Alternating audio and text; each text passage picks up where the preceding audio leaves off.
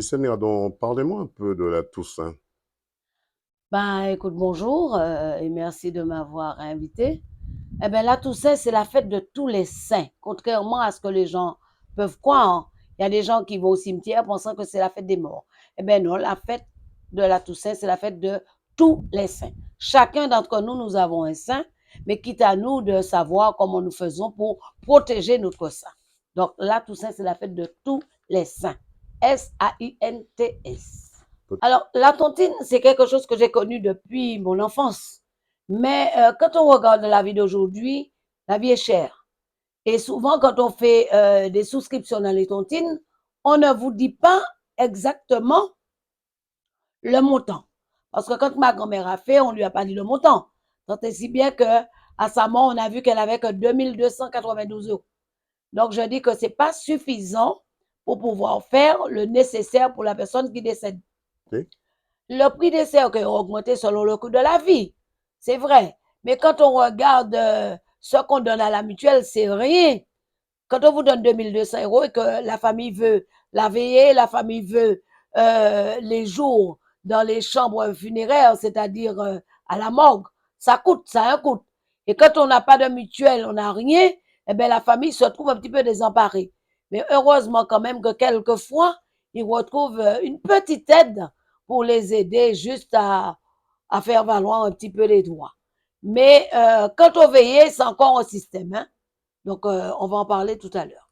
Alors, les familles se retrouvent coincées et font appel aux cagnottes, je ne sais pas si vous connaissez Cagnotte ou la service cagnotte social, le CCAS Letchi. ou autre. Pourquoi? Ils font appel au CCAS ou bien ils font des cagnottes ou autres pour leur permettre de faire une cérémonie convenable et puis éventuellement faire plaisir à leurs défunts. On voit que le prix du transport est très exorbitant, que les familles ne peuvent même pas faire venir leurs proches et restent loin de pourquoi.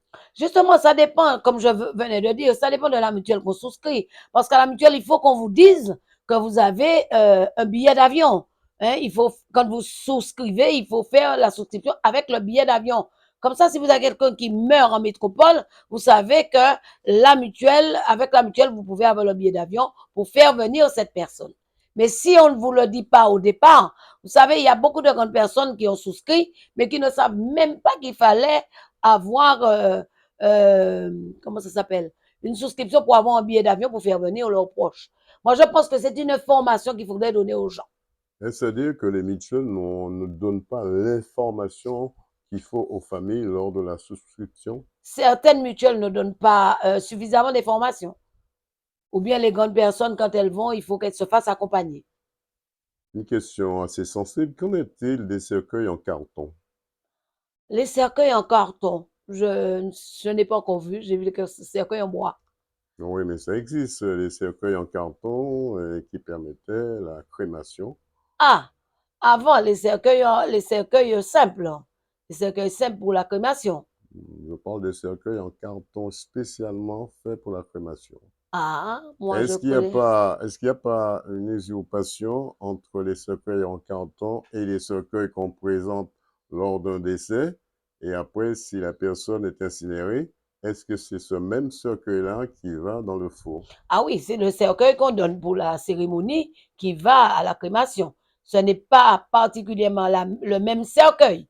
Il y a des cercueils pour cela, pour la crémation. D'accord. Mais Alors, il y a mais des cercueils pour l'inhumation. la famille est obligée de payer le cercueil qu'on voit en exposition lors des cérémonies. Ah oui, la famille choisit son cercueil.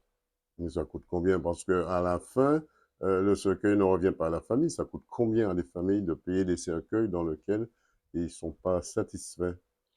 Ah, je ne sais pas pour quel pompe funèbre ils ne sont pas satisfaits, hein, mais de notre côté, tout le monde est toujours satisfait. Nous avons toujours un retour positif et c'est ce qui fait quand même la fierté des pompes funèbres avec laquelle je chante. Est-ce qu'ils sont tous en conformité? Tous ces pompes funèbres sont en liaison, je veux dire, en liaison avec peu importe le pompe funèbre. Vous venez au secours de d'autres pompes funèbres, comme dernièrement, ils sont venus au secours de votre entreprise où vous êtes en ce moment. Alors, la Bible nous a parlé aujourd'hui du prochain. Alors, il y a des gens qui vous viennent en aide. Il y a des gens qui sont là pour vous aider. Comme aussi, il y a des gens qui sont là pour vous regarder sans pouvoir apporter l'aide. Mais pour nous, nous avons l'aide hein, des autres pompes funèbres, pardon. Nous avons l'aide des autres pompes funèbres. Pourquoi? Parce que nous aussi, nous allons à l'aide quand on en a besoin de nous. Alors, combien ça coûte, avant-dernière question, combien ça coûte pour une maison funéraire de prendre en charge les enterrements? Ça dépend. Parce que comme je vous dis, il y a des gens qu'on rencontre chez eux qui ne restent pas en chambre froide, qui font les enterrements tout de suite. Il y a d'autres personnes qui attendent la famille venant de métropole. Il y a d'autres familles qui vous disent oui, la famille est là, mais on voudrait garder 3, 4 jours le temps de se préparer. Souvent, le temps qu'on vous dise pour se préparer, des fois, c'est le temps de trouver la façon de pouvoir faire les funérailles et puis aussi l'accord des pompes funèbres. Est-ce que les pompes funèbres, en l'occurrence le vôtre, a été touché par la crise sanitaire? Ah oui, ah oui, tout le monde a été touché par la crise sanitaire. Qu'est-ce que vous pouvez donner comme conseil aux familles? Alors, moi, ce que je voulais dire aux familles, parce que déjà, il y a un gros souci, c'est les salles de veillée. Hein? Les salles de veillée sont très chères, des fois, on dit, et les gens préfèrent ne pas faire de veillée et autres. Moi, ce que je vois, c'est que de la même façon qu'on a des salles pour faire des déjeuners dansants et tout, j'aurais aimé, enfin, c'est mon souhait, hein, de voir dans chaque commune une salle pour les familles une salle qui serait là pour que quand les familles ont quelqu'un de décédé, qu'ils puissent avoir accès à cette salle pour faire la veillée de leurs proches convenablement. Parce que c'est pas souvent, on n'a pas d'argent pour payer une salle pour faire la veillée. Donc, je pense que dans les communes, il serait souhaitable qu'ils mettent une salle, mais vraiment totalement gratuite à la disposition des familles. Alors, sinon, les salles de veillée funéraires sont payantes, hein? En principe, quand on met dans une salle funéraire, je pense qu'elle est payante. Dernière Sauf question, si c'est la personne qui a le service et s'arrange comme il veut. qu'est-ce que vous souhaitez dire et que je n'ai pas eu l'occasion de vous poser comme question? Eh bien, le seul truc que je voudrais dire, c'est que au moment des décès, il faudrait qu'on accompagne un petit peu plus les familles. Qu'est-ce que vous Nous, nous entendez le par faisons. accompagner un peu plus les Alors, familles? accompagner les familles, c'est-à-dire dès lors qu'il y a le décès, aller près d'eux, parler avec eux, leur faire comprendre que ils ont perdu un proche, mais que tous nous devons passer par là. Hein? Ça, c'est déjà un premier réconfort pour la personne. Et puis aussi, quand on fait les funérailles, essayez d'avoir des chants.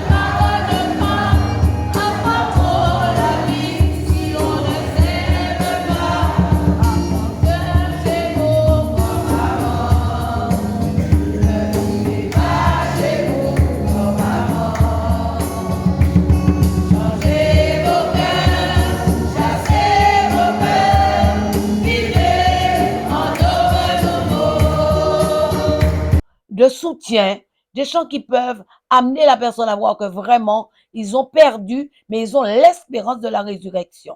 En ce moment, on voit des jeunes en train de nettoyer les tombes, puisqu'on a l'approche du 1er novembre, fête de la Toussaint.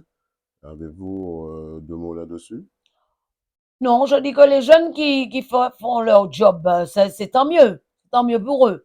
Mais je dis que le job, si vraiment on a besoin de nettoyer sa tombe, c'est toute l'année. Il ne faut pas attendre uniquement la fête de la Toussaint, puisque la fête de la Toussaint, ce n'est pas la fête, je répète, des morts. C'est la fête de tous les saints. Voilà. Et On la va, commémoration des morts, c'est le 2 novembre. d'accord, on va rester sur la fête de tous les saints. Voilà. DD News vous remercie. Alors, qu'en est-il de la couleur lors d'un décès?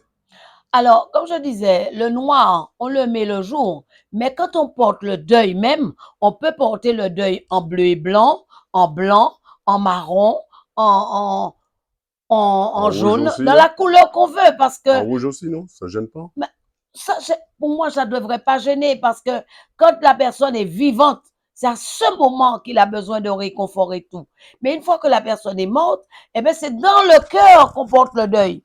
C'est pas sur le vêtement, c'est dans le cœur. On peut porter son deuil comme moi. On peut porter ce deuil avec la robe qui est là, la robe beige, la robe bleue, la robe blanche. Mais c'est dans le cœur qu'on porte le deuil. Alors, Ghislaine, c'est vrai, vous avez plus d'une cinquantaine d'années.